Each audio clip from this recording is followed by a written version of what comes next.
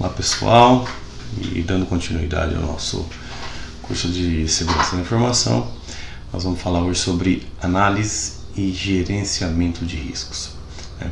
O que é importante nós trabalharmos com relação à análise de riscos? Então, por meio de uma análise e um gerenciamento de riscos efetiva, a organização ela pode influenciar no seu futuro.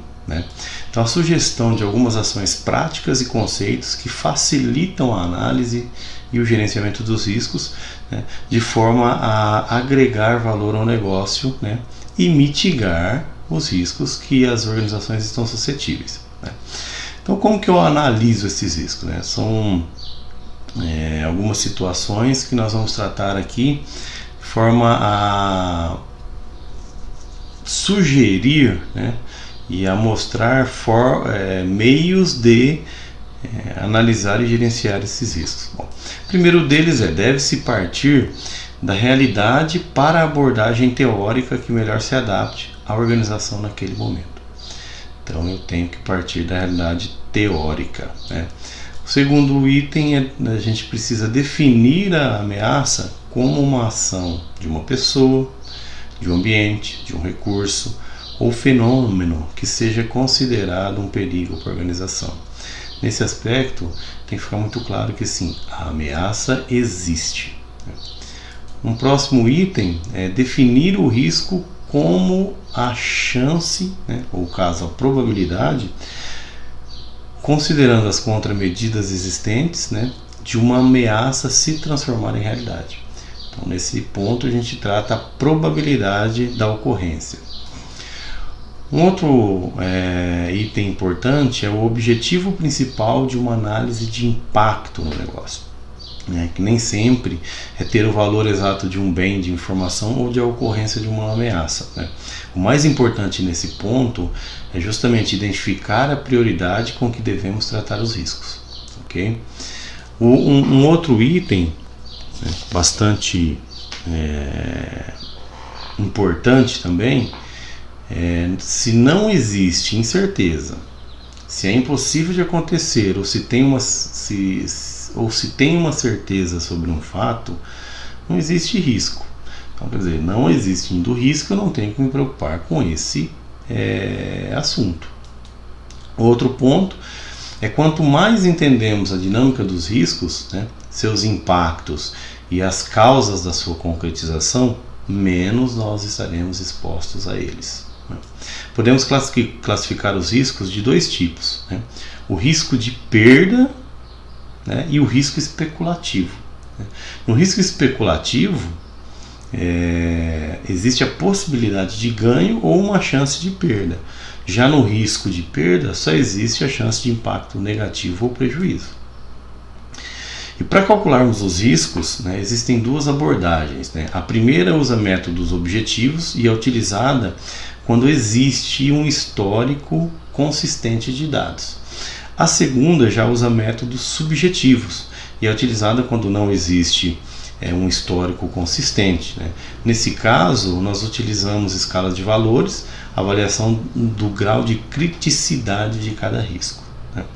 E por fim, ao identificar um risco, a organização tem a opção de executar contramedidas que poderão eliminar, mitigar, absorver ou transferir o risco. Essas consequências podem ser absorvidas pela própria organização ou por parceiros. Porém, alguns riscos específicos poderão não ser controlados por contramedidas. Nesse caso, devem ser documentados e apresentados no nível diretivo da organização, para que ela efetivamente tome uma ação sobre esse risco aí. E como que nós elaboramos um plano de continuidade? Uma vez detectado o risco, uma vez da ocorrência de algum desastre, como eu como que eu devo prosseguir com isso? Como que eu devo me portar com isso? Então, assim, a definição, a elaboração do plano de continuidade é extremamente importante para que eu minimize os riscos de imagem, perdas de dados e tudo mais, e que a organização ela continue operando. Então, o primeiro aspecto do plano de continuidade é a definição do escopo e do cenário. Então, o escopo são os recursos, as ameaças, os ambientes que serão considerados. O cenário é a situação em que acontecerá o desastre. Então, cada versão deve ter explícita o seu escopo e em que as circunstâncias consideramos que a contingência acontecerá. Um outro aspecto é a avaliação de ameaça e riscos. Então, considerando o escopo e o cenário, analisa-se as ameaças consideradas e avalia a situação da organização em relação às mesmas. O próximo passo é a análise do impacto no negócio.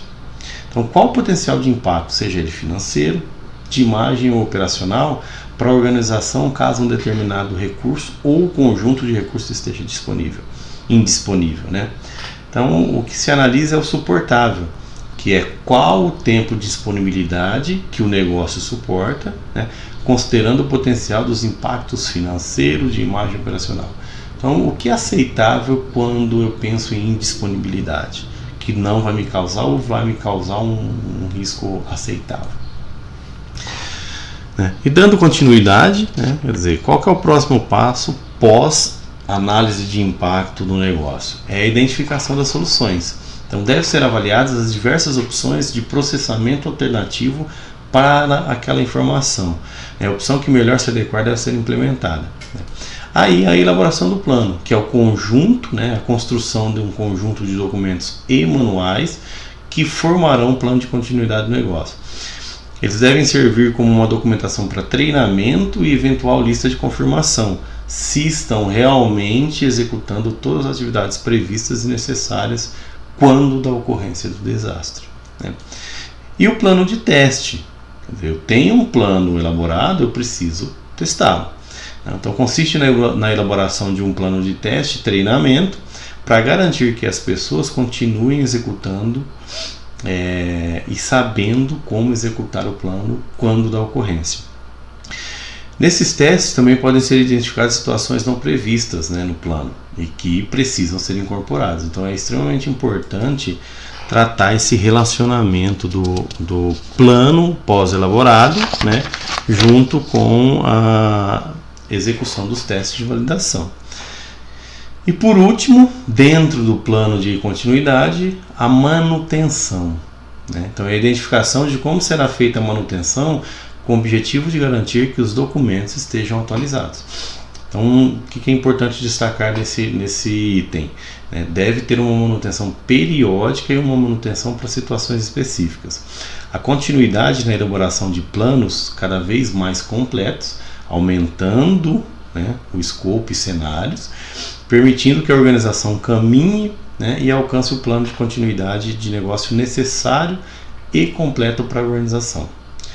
Ok, uma vez elaborado o plano, vem a crise. E como que eu enfrento a crise? São 5 tópicos que são bem simples, mas que são de extrema importância. O primeiro é realizar continuamente a avaliação desses riscos, sejam eles operacionais, de informação, de imagem, tecnologia e financeiro. Estar ciente de que uma crise tem grandes chances de acontecer. Ninguém está totalmente seguro. Um outro é compreender o ambiente. Eu preciso conhecer o meu ambiente. O quarto é não negar a crise. Então, assim, uma vez a crise ocorrendo, eu preciso criar mecanismos para a continuidade do negócio e para a correção daquele problema. Nunca deixar de negar essa crise.